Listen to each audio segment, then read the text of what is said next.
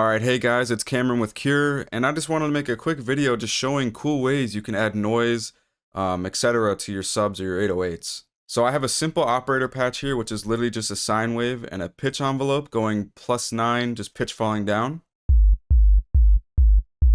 Yeah, super simple stuff. For this video, we're going to talk about something called parallel processing. Now, what is parallel processing? It's when you process a copy of your original audio signal in parallel with the original. So what that allows you to do is add more character, process specific frequencies, kind of like multiband, etc. So the first thing we're going to do is we're going to add an EQ and we're going to cut out all the high end with a high pass to around 177 Hertz. Secondly, we're going to group this, open the effect racks, and then right click and create chain.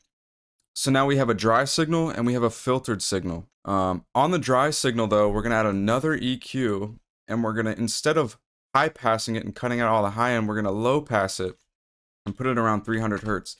So now we have an EQ with all the high end cut out of it. In parallel, we have another EQ with all the low end cut out of it. Sorry.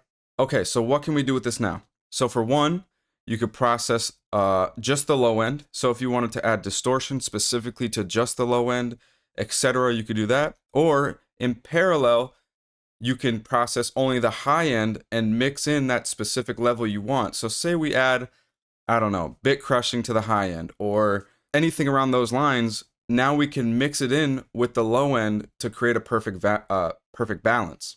So with the tracks on here, it doesn't sound any different. But when we start processing the high end now is when we're going to get into the cool stuff. So the first basic thing you can really do to add noise is just an erosion, right? There's 3 modes with erosion. There's sine.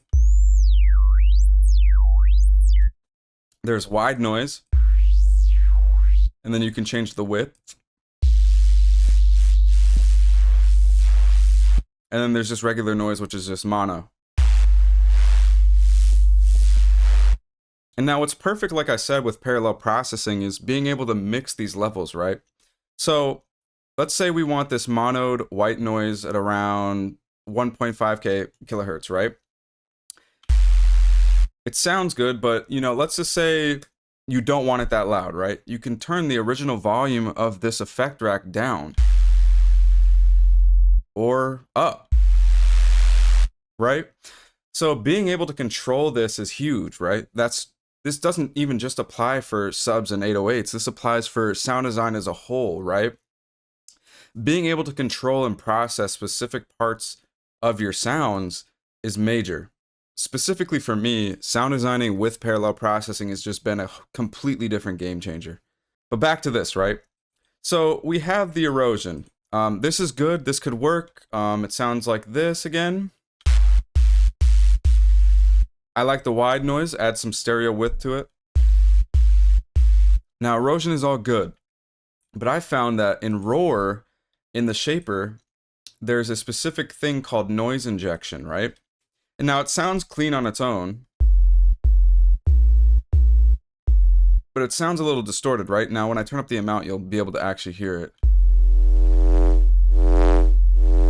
So, putting on a high pass, and filtering out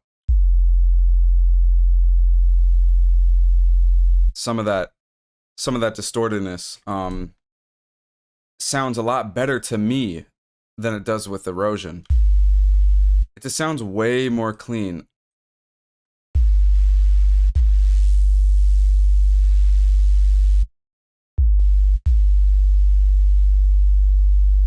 Also, I just want to mention, if you put the tone knob up, it'll change the sound completely as well. So that, again, being able to manipulate the sound even more, get rid of that distortion.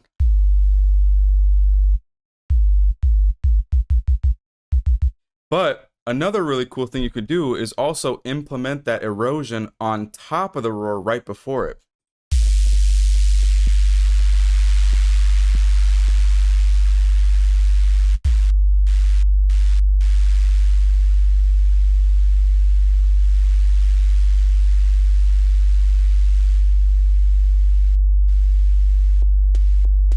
So now you have that lower frequency noise with the erosion, but you also have that super clear sounding noise with the high end that's filtered.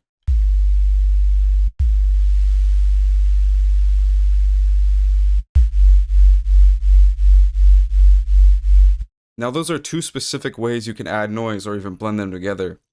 But another cool thing you could do also is adding a shifter, if I can find it here, adding a shifter to it after adding the roar and the erosion, and then putting it on frequency, and then finding or fine tuning the frequency to a specific key or a scale, right? So let's say your song is in D minor, then you can have the scale playing in D minor, or the frequency shifter frequency shifting it up to D minor.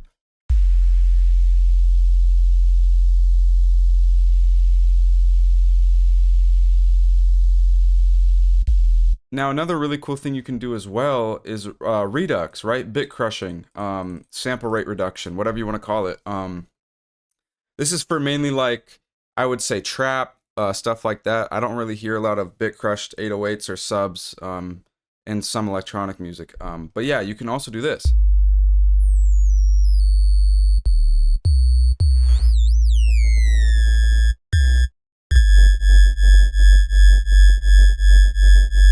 Well, there you kind of got the bass from Roughneck Bass by Skrillex.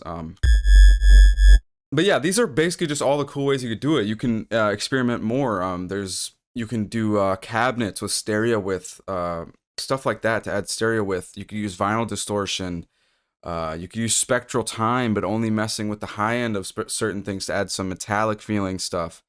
There's just so many cool ways and so many cool things you can do with parallel processing, not just for, like I said, subs and 808s, but also with your sound design in general.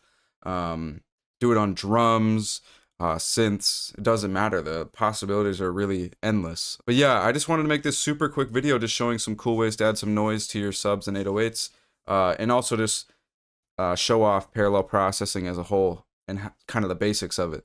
It definitely can get a lot more technical and a lot deep into a rabbit hole, but that's for another video. I'd love to go into all of it. But thank you guys so much for watching, and hopefully you learned something today, and I'll see you guys next time.